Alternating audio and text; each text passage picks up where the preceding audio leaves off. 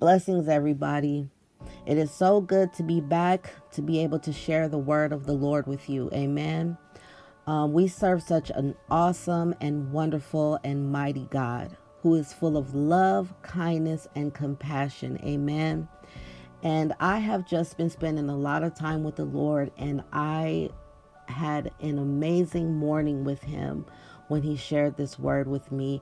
I saw the love that he had and his desire to bless his children. Amen. It is his good pleasure to be good to us.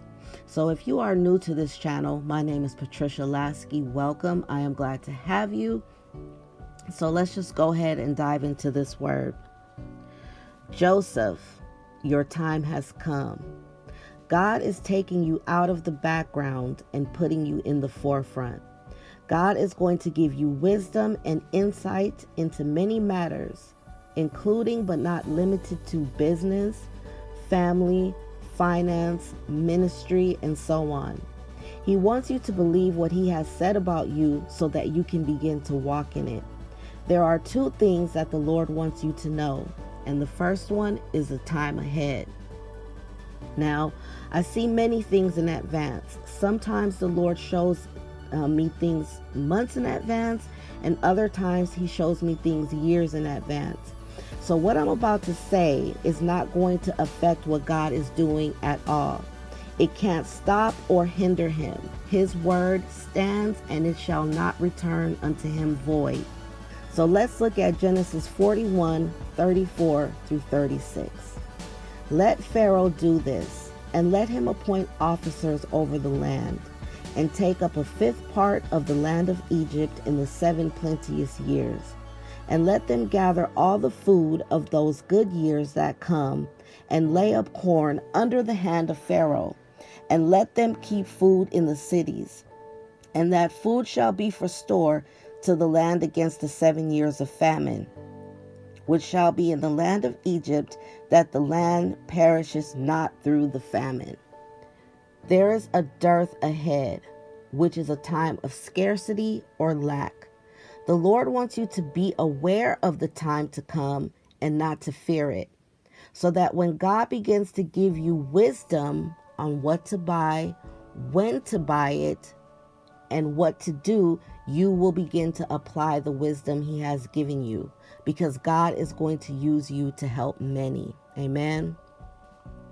The second part of this word is the blessing on you. Let's look at Genesis 42:6.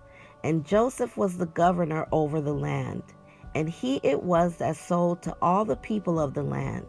And Joseph's brethren came and bowed down themselves before him with their faces to the earth. God is putting you in a position of prominence and influence. Not only are you going to have supernatural wisdom, but you are going to have favor with those that you come in contact with. The Lord is also going to use you to redeem your family. Their lives are going to be changed because of you, and the Lord is going to use you to be a blessing to them. Now, I know that your life may have looked completely contrary to what God said about you. Just like Joseph, you were overlooked by your family and found yourself on the outside, not being heard. The enemy made you feel insignificant. You had something to say, but no one would listen. God is changing that. He is giving you influence. The time of no one listening to you is over. He is going to bring your family in front of you for a great reveal. They will see what God has done in your life. It is important that you see yourself the way God sees you, not the way your family sees you, or not by the words that they spoke against you, not even by the mistakes that you've made. Isaiah 54 says, let them stretch forth the curtains of thine habitation. Your habitation is where you live, and it's where you dwell. Use your spiritual eyes to look beyond where you have been to where you are going. It is time for you to be in the forefront. Your time is now, and it is time for you to reign. Until next time, God bless you all. We love you all. Talk to you soon.